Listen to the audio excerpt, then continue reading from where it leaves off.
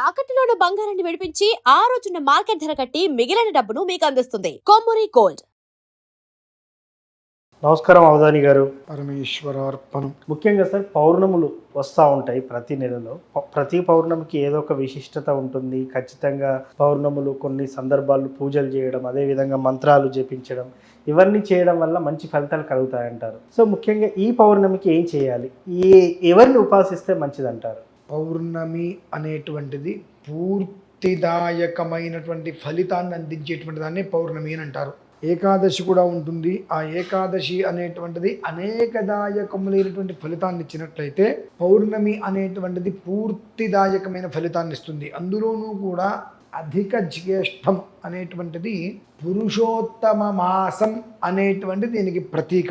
ఈ పురుషోత్తమ మాసమును మనం ఏం చేస్తాము అంటే పురుషోత్తముని యొక్క ఆరాధన చేయడం శ్రేయస్కరం.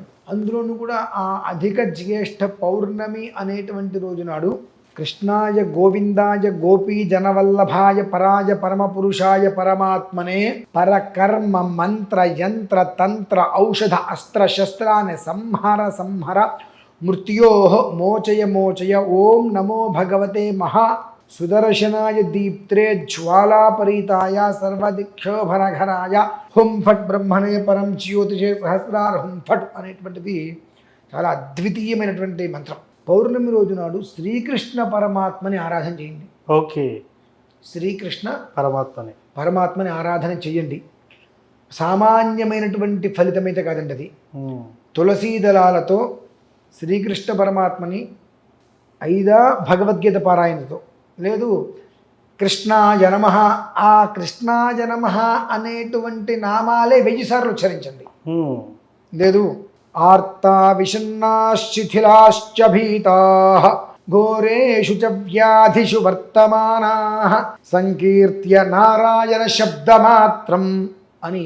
ఇప్పుడు ఘోరేషు చ వ్యాధిషు వర్తమానాః, వర్తమాన కాలం జరగబోయేటువంటి కాలంలో చాలా రకాలైనటువంటి ఇబ్బందులు వచ్చేటువంటి సమయాలు ఎక్కువగా కనిపిస్తున్నాయి. ఆ వచ్చేటువంటి వ్యాధులు ఎన్నైతే వస్తున్నాయో, ఎన్ని రకాల ఇబ్బందులు అయితే జరాలు మనుషులు నలిగేటువంటి సమస్య ఉందో అందులో నుంచి మనుషులు బయటపడే. ఓకే, సంకీర్త్య నారాయణ శబ్దమాత్రం విముక్త దుఃఖాః, దుఃఖం అనేటువంటి పద నుంచి విముక్తునిచ్చే మనిషిని అనేటువంటి ఒక్క విషయం తీసుకొని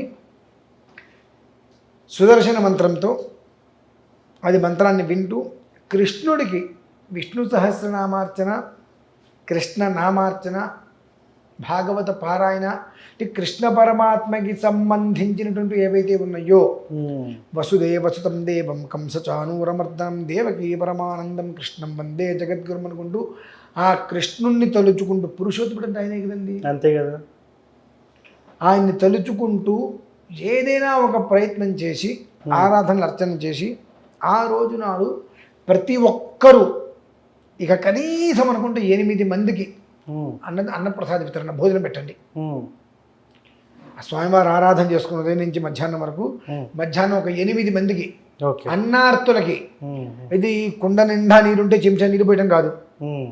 గుడి దగ్గర ఎక్కడ ఇబ్బంది పడే వాళ్ళు ఉంటారు, వాళ్ళని దృష్టిలో ఉంచుకొని ఇంట్లో 100 మందికి పెట్టుకో, కనీసం 8 మందికి బయట కడుపుకి భోజనము లేక ఇబ్బంది పడేవారు ఎవరైతే ఉంటారో వాళ్ళల్లో ఒక 8 మందికి కనీసం తక్కువ భోజనం కనుక పెట్టగలిగితే ఖచ్చితంగా భగవంతుడు ఏదో ఒక రూపంలో వచ్చి పెట్టిన భోజనాన్ని తిని ఆయన తృప్తి చెంది అమ్మయ్య అని అనుకుంటాడు.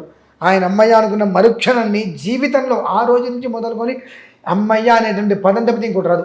ఓకే, అంటే కష్టము, వాము ఇది ఎట్లా నాయన, ఇది ఎట్లా వెళ్తుంది, ఇది ఎట్లా వెళ్ళాలి, ఇన్ని ఇబ్బందులు ఉన్నాయి, దీన్ని ఎట్లా బయటికి రావాలి, ఈ అమ్మాయిలు ఎలా ఉన్నాయి, ఈ తలకాయ నొప్పులు ఎలా, ఇవేమి ఉండవు.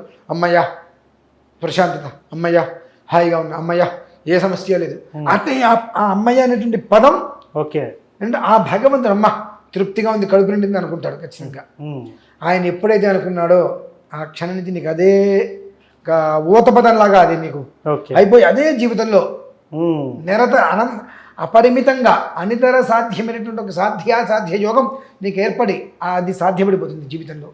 ఆ ఒక్క విషయాన్ని గమనించుకొని అధిక జ్యేష్ఠ పౌర్ణమి, జ్యేష్ఠం శ్రేష్ఠ గుణైర్యుక్తం జ్యేష్ఠము అంటేనే శ్రేష్టమైనటువంటిది అని ఒకటి చెప్పబడి ఉన్నది. ఓకే. అందులోనూ అధిక జ్యేష్ఠము అనేటువంటిది చాలా విశేషమైనటువంటిది. మనకు దరిదాపుగా 36 నెలల అనంతరం 36 నెలల తర్వాత ఒక అధిక మాసం వస్తుంది. అవును. అలా మరలా మనకు అధిక మాసం జ్యేష్ఠంలో అధిక జ్యేష్ఠం మనకు రావాలి అంటే బహుశా ఈ కట్టె కూడా ఉండకపోవచ్చు. ఇంకో 40 ఏళ్ళ పైన పడుతుంది ఇంచుమించుగా. ఈ కట్టె కూడా ఉండదు. ఈ కట్టె ఏముండదంటే 50 సంవత్సరాల వాళ్ళు అసలు ఉండరు. కనుక ప్రతి ఒక్కరూ తప్పకుండా ఈ యొక్క అధిక జ్యేష్ఠ పౌర్ణమిని చక్కగా ఉపయోగించుకొని భగవంతుడి యొక్క పరిపూర్ణ అనుగ్రహంతో అమ్మయ్య అనేటువంటి పదం పునరావృతం అవుతూ ఆ ఇంట్లో ఉండాలి అంటే ఖచ్చితంగా ఆ పౌర్ణమి రోజు నాడు ఆ స్వామివారిని కృష్ణ భగవాను ఏదో ఒక రీతిలో అర్చించడం అనేటువంటిది అత్యంత శ్రేయోదాయకం. అది విషయం. సో ముఖ్యంగా పౌర్ణమి రోజు శ్రీకృష్ణుని ఆరాధించడం వల్ల ఇంతటి ఫలితాలు కలుగుతాయంటారు గురువు గారు. సో మనకు కృష్ణం వందే జగద్గురుం ఉంది. ఎస్, అవును. జగద్గురువులో మొట్టమొదటి వాడే శ్రీకృష్ణుడు అండి. ఓకే. జగద్గురువులలో మొట్టమొదటి వాడే శ్రీకృష్ణ పరమాత్మ. ఓకే. అందుకనే భారతంలో అంపశయ్యం మీద భీష్ముల వారు ఉన్నప్పుడు కృష్ణ పరమాత్మ పలకరించడానికి వస్తే ఇద్దరు మాట్లాడుకుంటుంటే, తాత రాబోయే ఉత్తరాయణం కోసం ఎదురు చూస్తున్నావు, నీ తర్వాత ధర్మాన్ని బోధించగలిగేటువంటి వ్యక్తులు ఎవరూ లేరయ్యా, కాబట్టి పిల్లలందరికీ కూడా ధర్మంతో పాటుగా 150 సంవత్సరాల నీ అనుభవాన్ని రంగరించి పిల్లలకి చెప్పవయ్యానంటే భీష్మ పితామహులు అంటారు, కృష్ణ అంపశయ్యం మీద ఇంతటి వృద్ధుణ్ణి ఈ పరిస్థితుల్లో అంపశయ్యం మీద ఉన్నటువంటి నాతో పరిహాసమేమయ్యా అంటాడు.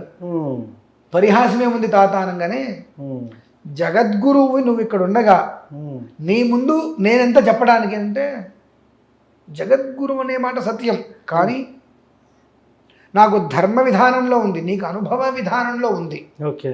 ఈ ధర్మ విషయాన్ని కనుక నేను చెప్పినట్లయితే అర్థం కాదు. ధర్మ విషయాన్ని నేను చెబితే బయట జరిగేది వేరు, ధర్మంలో ఉన్నది వేరు. కాబట్టి నేను ధర్మం చెప్తే అర్థం కాదు, నీ అనుభవాన్ని రంగరించి చెప్పు. సరే కృష్ణ చెబుతా, ఎక్కడైనా ఏదైనా కనుక తప్పులు పెట్టి నువ్వు నన్ను సవరిస్తూ ఉండు అంటారు భీష్మ పితామహులు. ఓకే. అంతటి గొప్పవాడే శ్రీకృష్ణ పరమాత్మ. ఎస్. కృష్ణం వందే జగద్గురుం అంటారు ఆయన్ని. ఆయన తలుచుకోండి చాలు, ప్రశాంతంగా ఉంటారు. ఎస్.